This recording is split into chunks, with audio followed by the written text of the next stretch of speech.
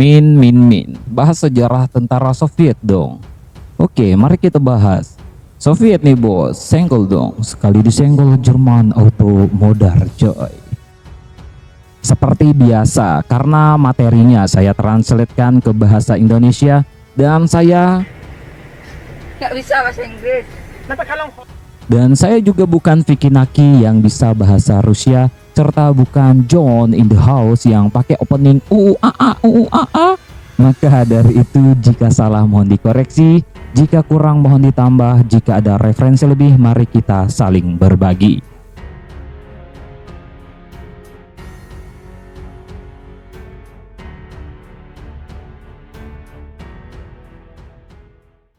Tentara Buruh dan Petani Soviet atau sering disingkat Tentara Merah atau Krasnaya Armia Rusia adalah angkatan bersenjata yang pertama didirikan oleh kaum Bolshevik selama Perang Saudara Rusia pada tahun 1918. Selama Perang Saudara, ia menjadi angkatan bersenjata RSFS Rusia.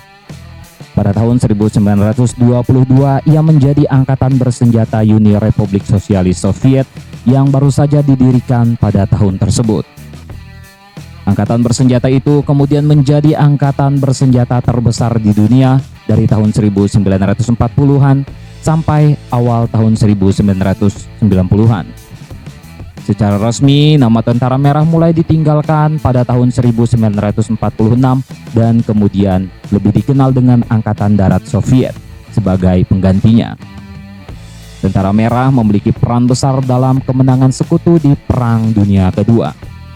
Bagaimana tidak, seperti yang sudah saya sampaikan sebelumnya, mereka bak singa yang siap menerkam musuh-musuhnya. Contohnya, pasukan Jerman saat operasi Barbarossa di Slebeo, Jepang di Manchuria juga di Slebeo, dan serangan balik atau bahasa kerennya epic comeback di pertempuran Berlin, pasukan Jerman melempem oleh tentara Soviet dengan total korban Wehrmacht dan Waffen SS sebesar 70 hingga 80%. Sejarahnya, setelah terjadinya revolusi Rusia pada tahun 1917, maka hancur jugalah tentara Kekaisaran Rusia dan Angkatan Laut bersama institusi Kekaisaran Rusia dan SAR. Dengan dekret 28 Januari 1918, Dewan Komisaris Rakyat membentuk Tentara Buruh dan Petani Merah atas dasar sukarela. Pasukan unit pertama Tentara Merah yang bertarung dengan semangat revolusioner berjuang melawan Jerman di Narva dan Pskov pada 23 Februari 1918 dan kemudian tanggal tersebut dijadikan sebagai Hari Tentara Soviet. Pada tanggal 22 April 1918, pemerintahan Soviet mengeluarkan peraturan wajib militer untuk pekerja dan petani yang tidak memperkerjakan pekerja upahan.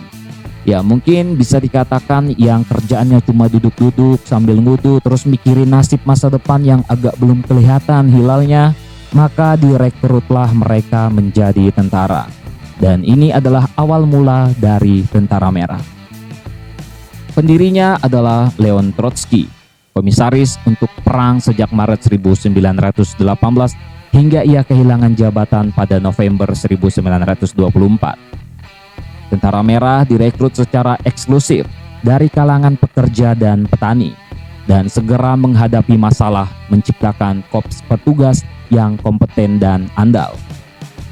Untuk menghadapi ini, Trotsky memobilisasi mantan perwira kekaisaran.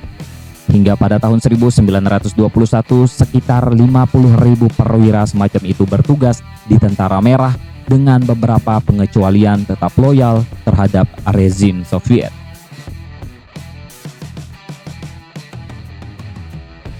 Penasihat politik yang disebut komisaris melekat pada semua unit tentara untuk mengawasi keandalan para perwira dan untuk melakukan propaganda politik di antara pasukan.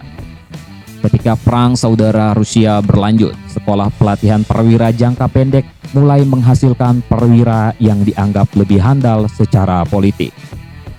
Jumlah anggota Partai Komunis meningkat di antara jajaran Tentara Merah dari 19% menjadi 49% selama tahun 1925 hingga 1933. dan di antara perwira kenaikan ini jauh lebih tinggi.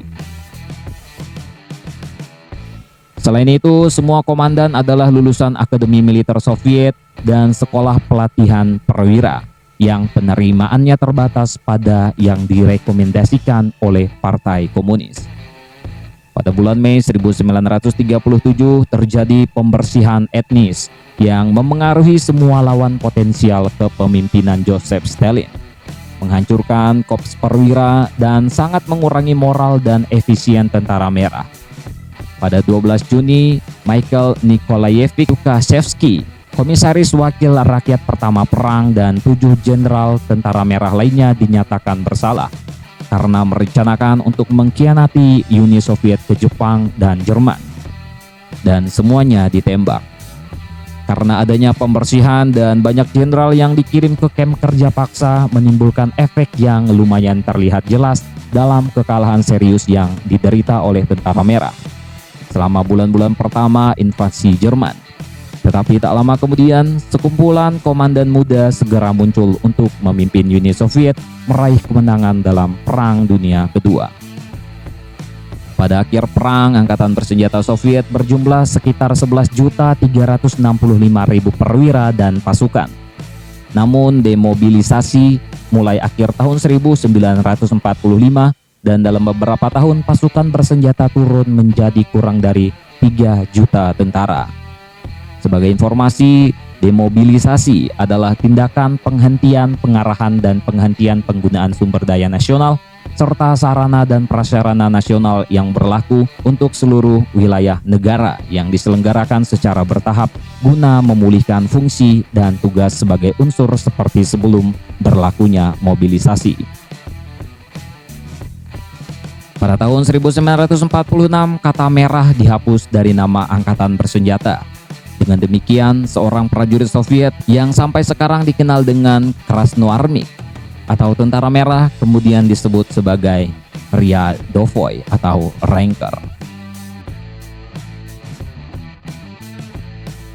Tentang ini bagaimana menurut kalian? Coy.